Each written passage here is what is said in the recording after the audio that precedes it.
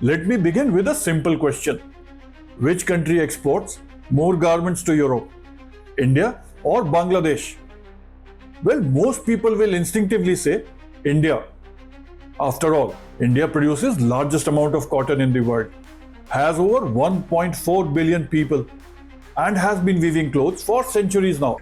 But the correct answer is Bangladesh, a country with almost no cotton, no major natural resources, and a GDP smaller than many Indian states, exports nearly $50 billion worth of garments every year, making it the second largest apparel exporter in the world after China.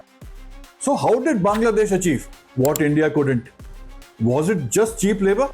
Or is there any hidden business strategy that transformed one of the poorest nations in the world into a global manufacturing powerhouse? And if that strategy was so successful, why is that today this garment empire is beginning to crack? Because this story isn't just about Bangladesh. It is about future of global manufacturing, a great business opportunity for India. When Bangladesh became independent in 1971, the future looked bleak. Now as the Pakistani armed forces have surrendered in Bangladesh and Bangladesh is free, and the birth of a new nation, Bangladesh. The war had destroyed infrastructure. Industries barely existed. Foreign exchange reserves were almost empty. Poverty was everywhere.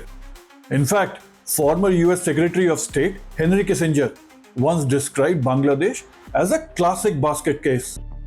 Famously referred to as a basket case in 1971 by US government officials, including Henry Kissinger. Nobody imagined then that same poor Bangladesh would one day become a manufacturing powerhouse for most global clothes brands. Then came one decision that changed everything. In 1979, a little-known Bangladeshi company called Desh Garments partnered with South Korea's Daewoo. But why would Asia's biggest garment manufacturing company choose a tiny company in world's poorest nation? The answer lies in global trade rules. South Korean exporters were facing stricter export quotas under the Multi Fibre Arrangement, making it difficult for Daewoo to sell more garments to Europe and America. And Bangladesh had no such restrictions. So partnering with Desh Garments in Bangladesh, Daewoo could continue serving its international buyers while creating a new manufacturing base for itself. But Daewoo didn't just invest money. It transformed something more valuable, which is knowledge. It trained Bangladeshi managers in factory operations, quality control, product planning, and export management. And then something extraordinary happened. Most of these managers resigned, not because they failed, but because they wanted to build factories of their own. One factory became 10, 10 became hundreds. Knowledge spread faster than capital. Bangladesh wasn't just building factories, it was building entrepreneurs. Then history handed Bangladesh an opportunity. During 1980s, Europe and United States imposed export quotas on textile giants like China, South Korea, Taiwan, and Hong Kong. Global fashion brands suddenly needed another manufacturing destination. And guess what? Bangladesh was ready. It had trained entrepreneurs, abundant workforce, competitive labor costs, and a government determined to increase exports. Orders started pouring in. H&M, Zara, Gap, Primark, Walmart. What looked like luck was actually the preparation meeting the opportunity. And here's the lesson that every entrepreneur, every country needs to remember. Market rewards those who are ready before the opportunity arrives. Most people believe that Bangladesh became successful because its labor was cheap. Well, that's just half the story. The real secret was ecosystem. Around Dhaka, Ghazipur, and Chattogram, thousands of businesses grew together. Fabric suppliers, zip suppliers, button manufacturers, packaging companies, banks, testing labs, shipping firms, ports, training institutes. Everything was located close to the factories.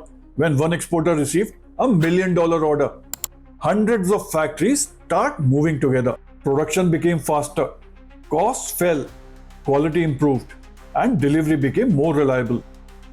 Further, the Bangladeshi government strengthened its ecosystem through export processing zones, bonded warehouses, duty-free imports of machinery, and simplified export financing. Bangladesh understood something that many developing nations still fail to understand. Factories create products, ecosystem creates industries. That single difference transformed Bangladesh into world's garment factory.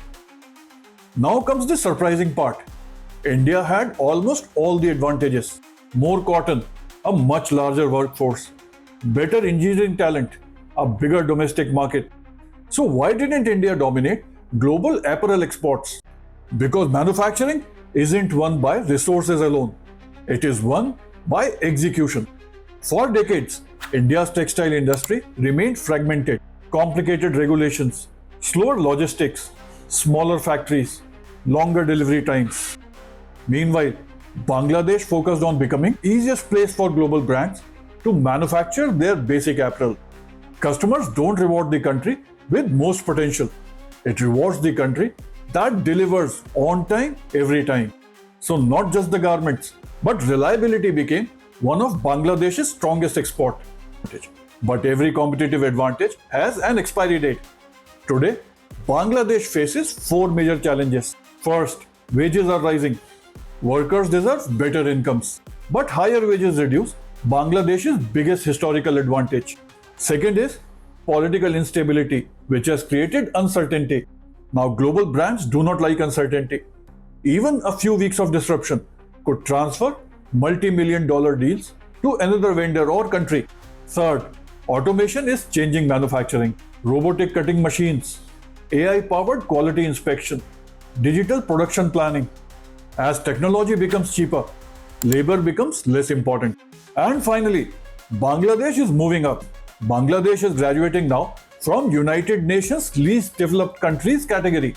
Over time, it will lose some of its preferential trade benefits that helped its exports compete globally.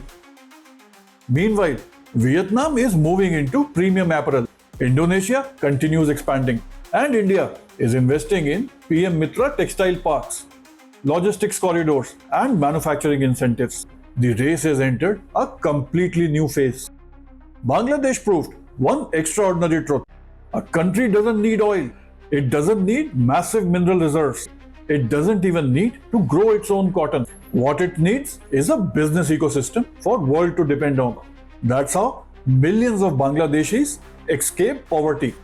That's how one industry transformed the entire nation. But no competitive advantage stays forever. Countries that keep innovating stay ahead. Countries that rely on yesterday's success lose the ground. For India, this is perhaps the biggest manufacturing opportunities in decades ahead. If India can combine its cotton, engineering talent, integrated textile parks, modern logistics, and policy reforms into one seamless ecosystem, it can become one of the world's largest apparel exporters soon. The next manufacturing global champion will not be the country with cheapest labor. It will be the country with fastest, smartest, and most reliable global partner for the world business.